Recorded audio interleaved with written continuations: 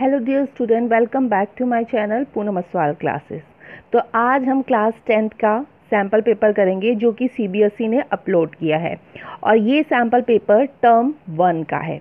आपके 2 टर्म होंगे, उसमें से ये टर्म 1 का पेपर है। और जो कि मार्क्स कितने मार्क्स का होगा, 40 मार्क्स का। और इसकी टाइमिंग होगी 90 मिनट।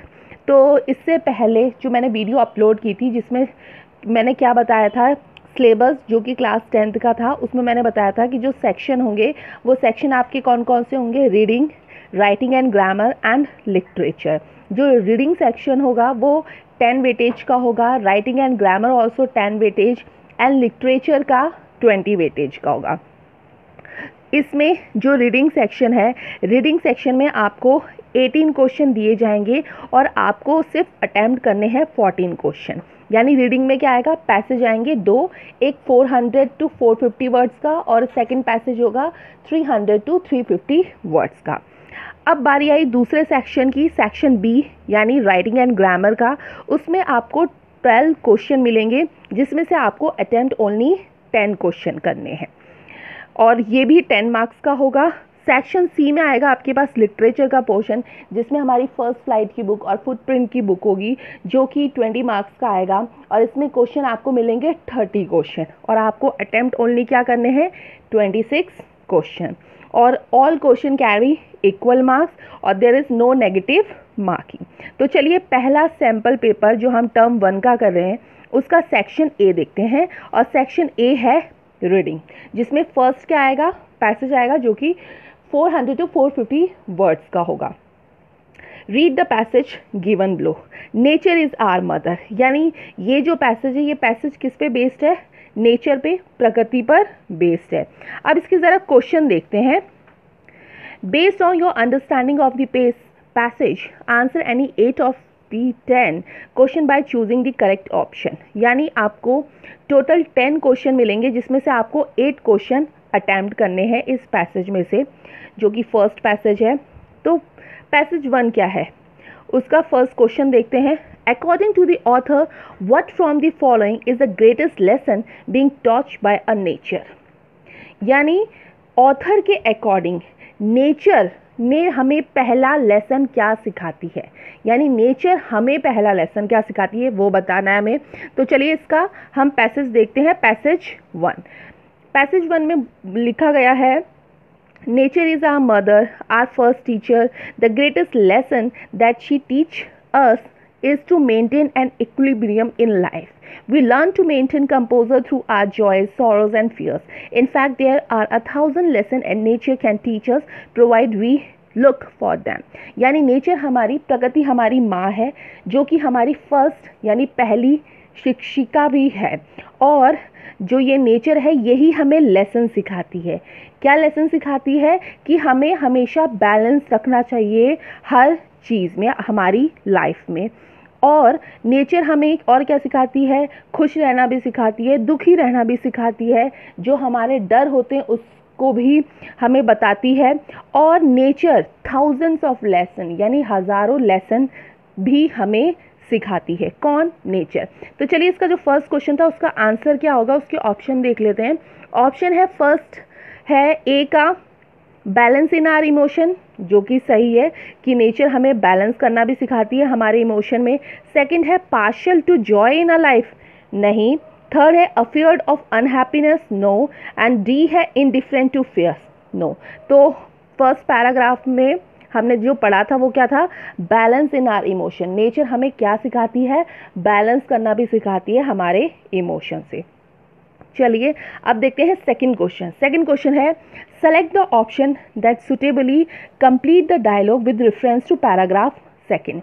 यानी नीचे एक पैराग्राफ दिया गया है, एक डायलॉग दिया गया है, आपको उसको कंप्लीट करना है जो कि पैराग्राफ 2 में हमें बताया गया है। तो क्वेश्चन देखते हैं। क्वेश्चन में है, जय बोलता है, I have done well for myself in the school, I am the best they have, I can get admission anywhere, this is my moment. और सिड बोलता है, congratulation, just remember we should dash. यानी जय बोलता है कि मैं अपने school में सबसे बेस्ट हूँ और मैं हूँ भी बहुत ज़्यादा बेस्ट, हर काम में अच्छी तरीके से करता हूँ, मुझे किसी भी जगह एडमिशन मिल सकता है और ये मेरा मोमेंट है। तो तभी सिद्धू से क्या बोलता है, सिद्धू से बधाई देता है, कॉन्ग्रेचुलेशन करता है, वो कहता है हाँ just remember we should dash, we should के आगे क्या आएगा, जिसमें से 4 ऑप्शन दिए गए हैं A B C D, और ये पैरा सेकंड में मिलेगा, हमें पैरा सेकंड में मिलेगा, उसको देखते हैं हम। पैरा सेकंड में बोला गया है with time a sapling grow into a full grown tree, nothing so tiny and delicate develop into a strong tree capable of supporting others. No matter how tall it grow, how much it may flourish, or how many animals and birds it may support, its roots are firmly buried from where it once rose. There is a lesson to keep ourselves grounded, respect and देखिए respect and embrace and root and give something back to those humble beginning that nurture using who we are. यानी पहले एक जो पेड़ है वो एक छोटा सा उसका बीज होता है, बीज थोड़ा थोड़ा करके बड़े होकर एक ट्री बनता है, जो कि पहले वो बहुत ज़्यादा डेलिकेट होता है, फिर वो डेवलप होता है, स्ट्रॉन्ग होता है और एक बहुत बड़ा ट्री होता है। उसमें ये कोई मैटर नहीं करता कि वो कितना स्ट्रॉन्ग है, क्या नहीं है कि नहीं है स्ट्रॉन्ग ट्री, बट ट्री बड़ा होता है, उसमें बहुत सारे एनिमल्स बैठते हैं, बर्ड्स बैठते हैं, उसको सपोर्ट देते हैं। तो वो हमें ये सिखा रहा है कि ट्री क्या सिखा रहा है कि ट्री छोटे से होकर बड़ा हो रहा है, और उस पर चाहे एनिमल्स बैठे, बर्ड्स बैठे, सब बैठते हैं तो वो हर इंसान की रिस्पेक्ट करता है, चाहे बर्ड्स की, एनिमल्स की। तब अब हम देखते हैं कि सेकंड में क्या पूछा गया है। सेकंड में है congratulation just remember we should dash, तो उसके ऑप्शन है first become strong despite our weakness, नहीं। बी है B kind and supporting towards everyone, wrong. Respect the origin from where we have grown, हाँ हमने ऊपर पैरा 2 में पढ़ा था रिस्पेक्ट, और मैंने भी बोला भी था कि रिस्पेक्ट की वर्ड की बात की गई है न। और डी ऑप्शन है nurture ourself well from the beginning, no. तो यानी सेकंड का आंसर हो जाएगा option C, respect the origin from where we have grown. Okay, चलिए थर्ड क्वेश्चन में आते हैं। थर्ड क्वेश्चन है choose the option the best convey the message in I am because we are. Third question का देखते हैं, I am because we are, हम है मतलब मैं हूँ क्योंकि हम लोग हैं। तो ये इसका क्या मतलब है क्वेश्चन 3 का, उसको देखते हैं। तो ये मिलेगा हमें पैरा 3 में, then there is a message of peaceful coexistence I am we are. वही बात है, I am because we are, यानी मैं हूँ क्योंकि हम सब है। Nature provide every creature two chance to exit, however the existence of one creature to being depend on existence of the other. The tiger eat the antelope. Without the antelope, the tiger wouldn't survive. Likewise, without tiger, the other abundance of antelope would cause them to starve to death. यानी मैं हूँ तो हम सब है, यानी nature हमें ये सिखाता है कि मैं हूँ तो हम सब है, जैसे कि, और हम एक दूसरे पे क्या है, एवरीवन डिपेंड, यानी नेचर हमें मैसेज देता है कि हमें शांति से रहना है, ये भी सिखाता है। कौन सिखाता है? नेचर। और हम एक दूसरे पे क्या है, डिपेंड है। जैसे कि टाइगर, शेर एंटीलोप यानी हिरन को खाता है और हिरन को खाकर ही शेर क्या करता है, सरवाइव करता है। ये नहीं कि वो घास खा रहा है। तो मतलब हर इंसान एक ना एक किसी पे डिपेंडेंट है। तो क्वेश्चन में यही पूछा था कि I am because we are, मैं हूँ क्योंकि हम सब है। क्या होगा ऑप्शन देखते हैं। Tigers are dependent on antelope, tigers depend है एंटीलोप में। हाँ, antelope are depend on tigers, okay. Humans are depend on animals, okay. Everyone is depend on each other. तो क्वेश्चन 3 का आंसर होगा डी, यानी ऑप्शन डी। क्यों? Everyone, हर कोई डिपेंडेंट है ईच अदर, हर कोई डिपेंडेंट है एक दूसरे पर। चलिए क्वेश्चन नंबर 4 देखते हैं। What qualities do the birds and squirrel display when they warn others to possible danger? Choose one option from the following. Birds and squirrel यहाँ पे कौन से क्वालिटी डिस्प्ले कर रहे हैं? तो कौन से क्वालिटी डिस्प्ले कर रहे हैं? ऑप्शन ए है observation skills and alertness, option B है tendency to get easily frightened, option C है selfless experience to help other, और ऑप्शन डी है डिटरमाइनेशन टू प्रोटेक्ट देमसेल्फ। तो चलिए पैरा में देखते हैं हम कि क्या बर्ड्स एंड स्क्वेरल क्या करते हैं, कौन सी क्वालिटी डिस्प्ले करते हैं। पैरा 4 में देखते हैं। If you have noticed that when birds or squirrels see a predator, they give out of an alarm call to their fellow creature of lurking danger. They put themselves in a danger to save the lives of others. Many animals like the salmon usually die after they spawn, but this doesn't stop one like extinguished for the betterment of others in a small price to a pay. यानी हम ये notice करते हैं कि birds and squirrel क्या करती हैं, जब किसी शिकारी को देखते हैं तो वो अलार्म कर देते हैं और वो अपने साथियों को बताते हैं कि अब तुम लोग डेंजर में हो तो अपने आप को महफूज रखो। कौन बताते हैं? Birds and squirrel. तो ये बर्ड्स एंड स्क्वेरल की क्या है, क्वालिटी है कि वो क्या कर रहे हैं, बिना स्वार्थ के किसी की हेल्प कर रहे हैं। मतलब उनको कुछ मिल नहीं रहा, वो तो अपने ही बाकी बर्ड्स और बाकी स्क्वेरल को बता रहे हैं कि अब क्या आ रहा है, कि कोई शिकार ही आ रहा है और वो हमें हार्म पहुंचा सकता है, तो वो उनको अलर्ट कर देते हैं।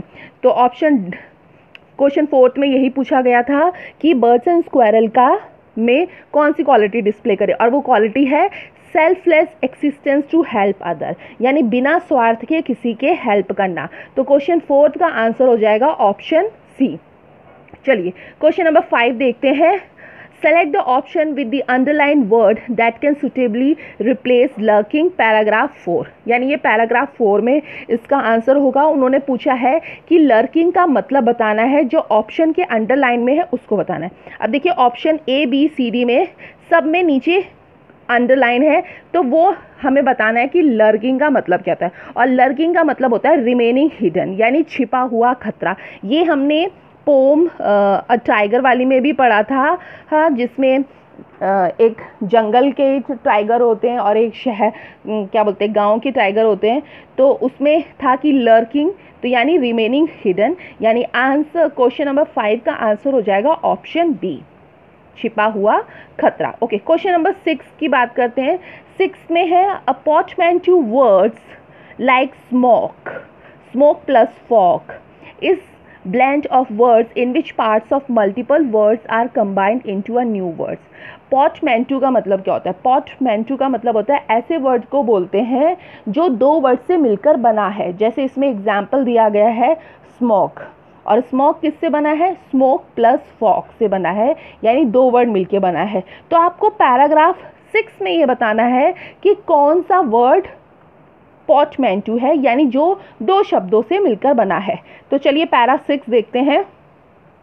पैरा 6 में लिखा है keep in mind life isn't about making list and trying to be one step ahead of other, life is to live, take a break, stop being a workaholic and smell the roses to whatever makes you feel happy, and most of all spend some with the nature to pick up the invaluable lessons. Okay, और हमें question 6 में पूछा था कि कौन सा पोर्टमैन्यू है, तो को-एक्सीडेंस पैरा शायद 2-3 में था, वर्कहॉलिक था पैरा 6 में, फुल ग्रोन एंड फ्लरिश। तो कौन सा हो जाएगा? क्वेश्चन नंबर 6 का आंसर हो जाएगा ऑप्शन बी, यानी वर्कहॉलिक, वर्क प्लस अ हॉलिक, तो ऑप्शन बी। ओके, 7 क्वेश्चन देखते हैं। 7 क्वेश्चन में पूछा है select the qualities from paragraph 3 that the author want to इमिएबल, यानी पैरा 3 में कौन सी क्वालिटी है? फर्स्ट है एक्सेप्टिव, पैशनेट, इमोशनल, रेजिस्टेंट और perceptive.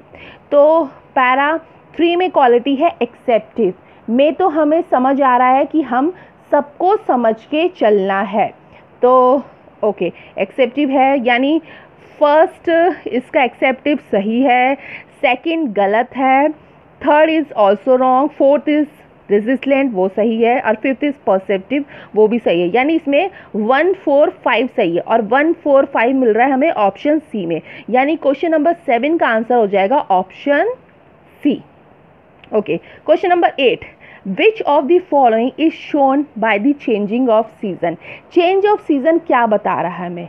Change of season the beauty of nature बता रहा है, द नेचर क्रिएटिविटी बता रहा है, ऑल सीजन्स आर इक्वल बता रहा है, या नथिंग लास्ट फॉर एवर। तो चेंज ऑफ सीजन हमें क्या बता रहा है? नथिंग लास्ट फॉर एवर, यानी हमेशा कोई भी कोई भी सीजन चेंज हो रहा है। ओके, और क्वेश्चन नंबर 9 को देखते हैं।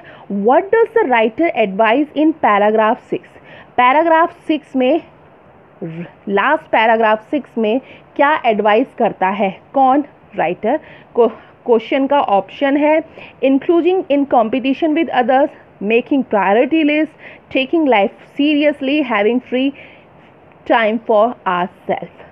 या हमने क्वेश्चन नंबर 6 में जो पोर्टमैंटो था उसमें पैराग्राफ 6 पढ़ चुके थे, तो इसमें भी पैराग्राफ 6 की बात है, तो इसका आंसर होगा having free time for ourself, यानी ऑप्शन सी। क्वेश्चन नंबर 9 का आंसर होगा, क्वेश्चन नंबर 9 का आंसर होगा option D, having free time for ourself, यानी ऑप्शन डी होगा। ओके, क्वेश्चन नंबर 10 की बात है, choose the option that list the code that best expressing the central idea of the passage. इस passage का central idea हमें बताना है, और वो सेंट्रल आइडिया क्या है कि नेचर से सीखना है और समझना है। तो वो क्या होगा? वो होगा look deep into nature and then you will understand everything better, यानी नेचर से सीखना है और हमें समझना है। ये हो गया पैसेज फर्स्ट वाला, जिसमें क्वेश्चन 10 थे और आपको अटेम्प्ट ओनली 8 क्वेश्चन करने हैं। अब पैसेज आया second passage, read the passage given below, जो कि 300 to 350 वर्ड्स का होगा, यानी फर्स्ट क्वेश्चन से छोटा पैसेज है। ये रिसर्च के ऊपर है ये, और इसके फर्स्ट क्वेश्चन देखते हैं। इसमें क्वेश्चन आपको 8 क्वेश्चन यानी 8 क्वेश्चन दिए गए होंगे, जिसमें से आपको 6 क्वेश्चन अटेम्प्ट करने। तो चलिए क्वेश्चन नंबर 11 देखते हैं। 11 में पूछा है the purpose of a research by publisher association was to study the dash, choose the correct option. वो पूछ रहा है पर्पस क्या है पब्लिशर का, तो इसको देखते हैं। पैरा 1 में, research from the publisher association has shown that film based on books take 44 more at the box office revenue in the UK and 53% more worldwide than original screenplay. The report explored that impact a book when adapted or film and TV. Publisher association के research से हमें ये पता चला है कि वो film जो बुक में बेस्ड है वो 40% रेवेन्यू ज़्यादा कमाते हैं। कहाँ? यूके में। और पूरे वर्ल्ड की बात करें तो वो 53% ज़्यादा रेवेन्यू कमा कर देते हैं कंपेयर टू ओरिजिनल टीवी। और रिपोर्ट में ये बताया गया है कि बुक क्या इम्पैक्ट पड़ता है जब किसी पे फिल्म और टीवी शो बनाया जाए। तो इसका वो पर्पस पूछ रहा है। तो पर्पस क्या है कि इन दोनों के बीच में क्या है?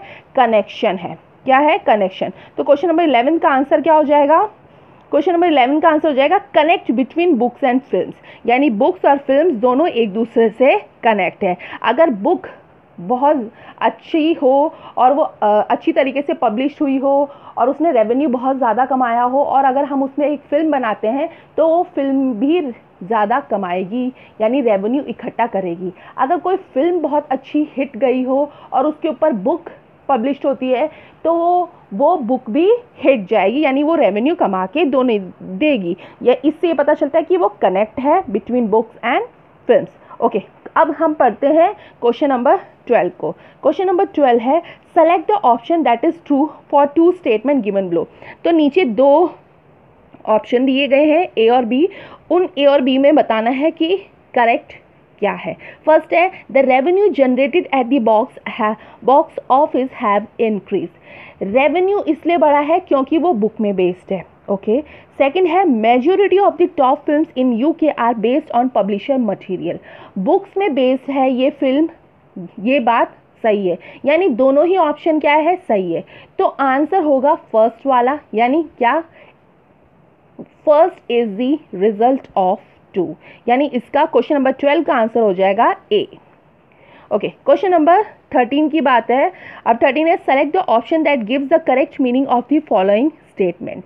The sales of the book in 2017 alone accounted for 23% of all sales since 1992.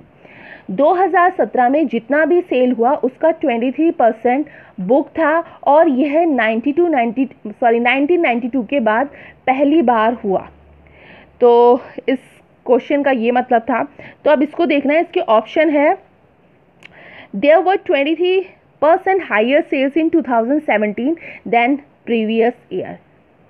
नहीं, टोटल का 23% हुआ है। ओके, बी ऑप्शन है a major chunk of sales happened in 2017 2017। हाँ, ये भी हो सकता है, बाकी ऑप्शन भी चलो चेक कर लेते हैं। ऑप्शन सी है the sales were limited to 23% in 2017। No, ये बात नहीं है। ऑप्शन डी है there were very few books sold in previous year.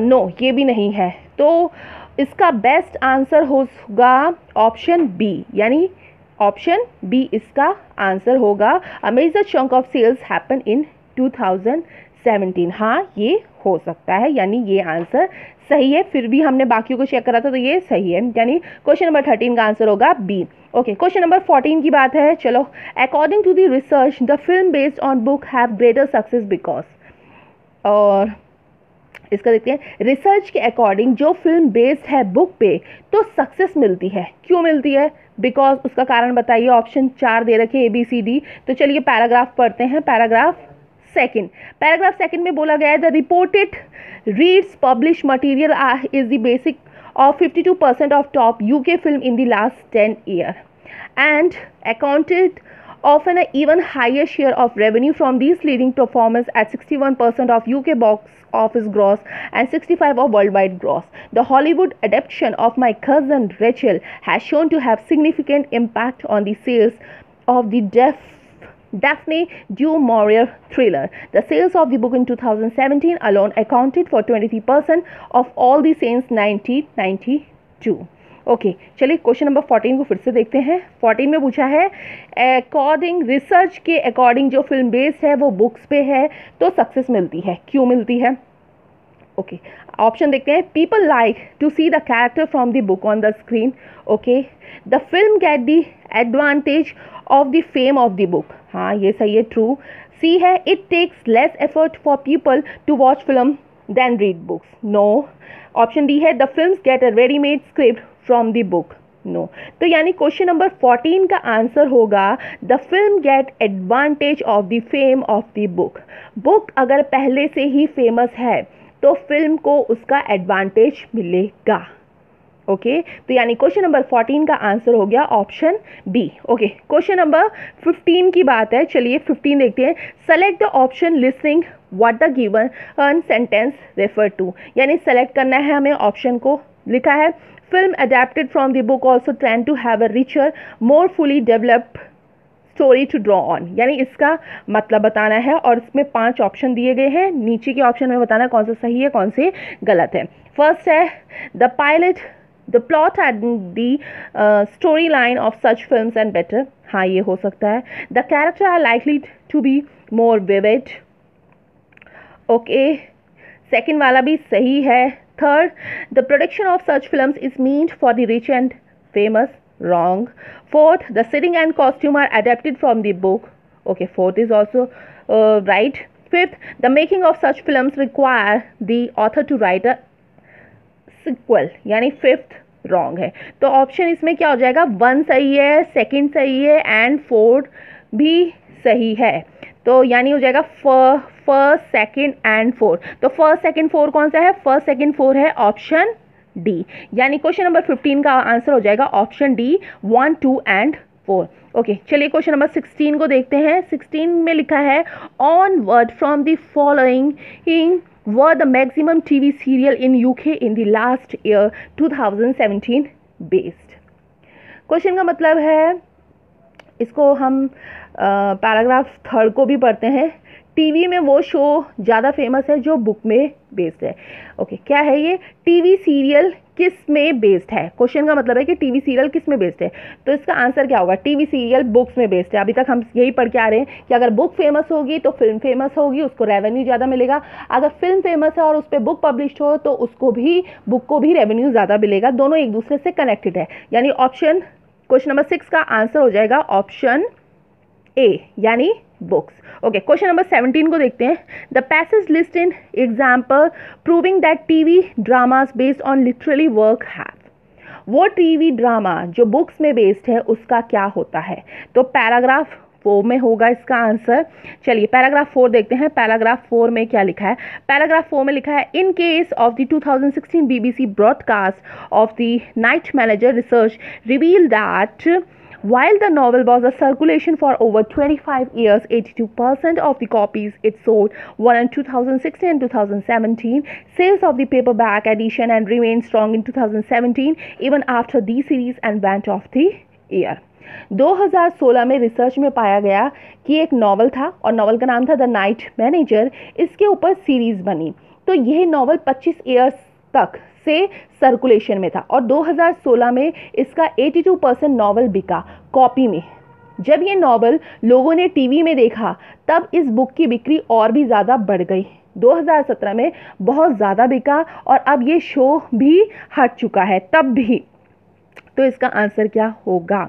इसका आंसर होगा क्वेश्चन 17 का इसका ए ऑप्शन है, increase the immediate sales of the book. यानी एकदम से सेल्स क्या हो जाएगी? इंक्रीज हो जाएगी किसकी? बुक्स की। यानी ऑप्शन ए बिल्कुल सही है। चलिए ऑप्शन बी और सी डी भी पढ़ लेते हैं। B, increase the sales of the book during the first screening. क्या फर्स्ट स्क्रीनिंग में ही बढ़ेगी बुक्स की sale? No, wrong. Had no immediate impact on the sales of the book? No. Option D, had very little impact on the sales of the book? No. तो यानी question number 17 का answer हो जाएगा A, option A. Okay, question number 18 देखते हैं।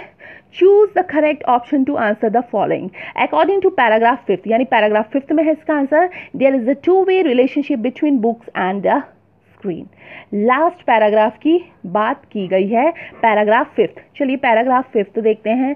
Paragraph 5 में है, in conclusion the report state that there is a strong way to relationship between publishing and the wider creative economy where in a successful adaptation often has spillover effect and gives a substantial boost to the sales of the original book. Last paragraph की बात की गई है कि books और TV या film में to way relationship है। अगर फिल्म बनाएंगे तो बुक बिकेगी और अगर बुक को फेमस करेंगे तो फिल्म भी बिकेगी। तो इसका ऑप्शन क्या होगा? मतलब दोनों अपनी जगह में पॉपुलर है, क्योंकि अगर बुक फेमस है तो फिल्म बिकेगी और फिल्म फेमस है तो बुक बिकेगी। तो इसका आंसर होगा option C, gain from each other popularity. यानी दोनों को प्रॉफिट होगा अगर दोनों की पॉपुलैरिटी अच्छी होगी। अगर खराब होगी तो तब रेवेन्यू नहीं मिलेगा, अगर अच्छी होगी तो मिलेगा। यानी क्वेश्चन नंबर डी का आंसर हो जाएगा ऑप्शन सी। तो ये थे सारे के सारे रीडिंग सेक्शन के क्वेश्चन आंसर, जो कि एक फर्स्ट पैसेज था, सेकंड ऑल्सो पैसेज। अब हम बात करेंगे किसकी? राइटिंग एंड ग्रामर सेक्शन की। क्वेश्चन नंबर 19 पूछा गया है, the hospital board clearly mentioned and that you dash smoke in the hospital as it is a health hazard for all. Hospital में क्लियरली मेंशन होता है कि आप स्मोक यहाँ पर नहीं कर सकते, जो कि स्वास्थ्य के लिए बहुत ज़्यादा हानिकारक होता है। तो जो डैश है उसमें क्या आएगा? First can not, second must not, third need not, fourth might not. तो इसका जो सही आंसर होगा वो होगा मस्ट नॉट। यानी क्वेश्चन नंबर 19 का आंसर होगा option B. Okay, question number 20 है, there's never dash petrol left after Rahul uses a car. Rahul जब कार को यूज कर लेता है तो पेट्रोल ज्यादा बचता नहीं है। तो इसके ऑप्शन है, फर्स्ट ऑप्शन है इसका मच, जो कि राइट है। सेकंड है लिटिल, लिटिल मतलब ना के बराबर। थर्ड ऑप्शन है मैनी, मैनी नहीं होगा, क्यों? क्योंकि वो काउंटेबल के लिए यूज़ होता है और ये काउंटेबल नहीं है, हम पेट्रोल को काउंट नहीं कर सकते।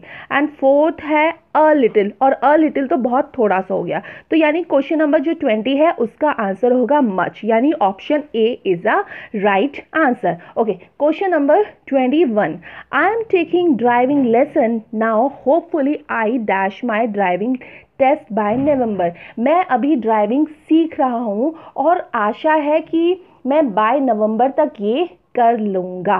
तो क्या होगा इसका?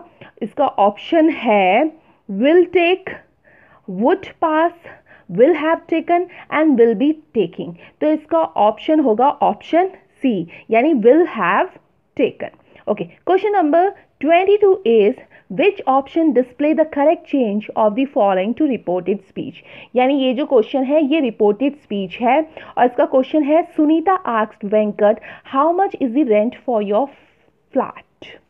ओके, यानी रिपोर्टेड ये स्पीच है और ये इंट्रोगेटिव सेंटेंस है है इंट्रोगेटिव सेंटेंस को हमें चेंज करना है एसर्वेटिव सेंटेंस में। तो इसका जो ऑप्शन है, Sunita asks Venkat how much was his rent for flat. Option B है Sunita asks Venkat how much the rent for his flat was. Option C है Sunita inquires from Venkat that how much rent he pays. Option D है Sunita told Venkat how much the rent for his flat was. तो इसका सही answer होगा option B, यानी question number 22 का answer सही है, option B is a right answer. Okay, question number 23 देखते हैं। Which option display the correct change of the following to reported speech, यानी ये क्वेश्चन भी रिपोर्टेड स्पीच है। इसका क्वेश्चन है she said I told Daman to send you to an email 3 days ago। ये sentence past tense में दिया गया है, तो हम इसे सिंपल पास्ट है तो हम इसे पास्ट परफेक्ट में चेंज कर देंगे, यानी हैड टोल्ड में चेंज कर देंगे। तो इसका एक ही ऑप्शन है और वो ऑप्शन है डी, यानी ऑप्शन डी में ही हैड लिखा गया है। She said that she had told Damanjeet to send an email to me 3 days before. Okay, यानी क्वेश्चन नंबर 23 का आंसर हुआ option D. Okay, question number 24, the dog dash under the chair before the children arrived. ये भी past perfect वाला ही question है और इसमें एक ही आएगा हैड, यानी हैड हिडन, यानी इसका आंसर हो जाएगा क्वेश्चन नंबर 24 का ऑप्शन डी। अब आई राइटिंग की बारी, हमारे ग्रामर का पूरा हो गया है। तो राइटिंग में है क्वेश्चन नंबर 4 लिखा है answer any 5 out of the 6 question given with the reference to the context below। तो यानी आपको 6 क्वेश्चन दिए गए होंगे, इसमें से आपको 5 क्वेश्चन ही अटेम्प्ट करने हैं, जिसमें से पहला क्वेश्चन देखते हैं। You are a Debashree a resistant of Siliguri Assam. आपका नाम देबाश्री है और आप कहाँ के रहने वाले, आसाम में सिलीगुड़ी के। You have to write a letter to the editor of a national daily drawing attention towards the difficulty face by differently abled people at a tourist place. और आप एडिटर को लेटर लिखेंगे और लेटर में ये बताएंगे कि जो विकलांग लोग होते हैं उन लोगों को बहुत ज़्यादा फेस करना पड़ता है जब वो टूरिस्ट प्लेस में आते हैं। तो इसके हमें क्वेश्चन दिए गए होंगे जो कि ऑप्शन में है, तो उसमें से 6 क्वेश्चन दिए गए होंगे, आपको सिर्फ 5 ही क्वेश्चन अटेम्प्ट करने हैं। तो देखते हैं क्वेश्चन नंबर 25 क्या है। 25 है select the option with relevant except that Debashree should select for this letter. Okay, इसका ऑप्शन है the newspaper name and second option है attach proof of the newspaper subscription. Third है देबाश्री एड्रेस। फोर्थ है formal tone. Fifth है expected date of the letter receipt. यानी इसमें first सही है, 3 सही है एंड 4 सही है। तो यानी फर्स्ट 3 4 अगर सही है तो ये होगा ऑप्शन डी, यानी क्वेश्चन नंबर 25 का आंसर होगा option D. Okay, question number 26 है select the appropriate subject to the letter. जो ये लेटर देबाश्री लिखेगा उसका सब्जेक्ट क्या होगा, आपको ये देखना है।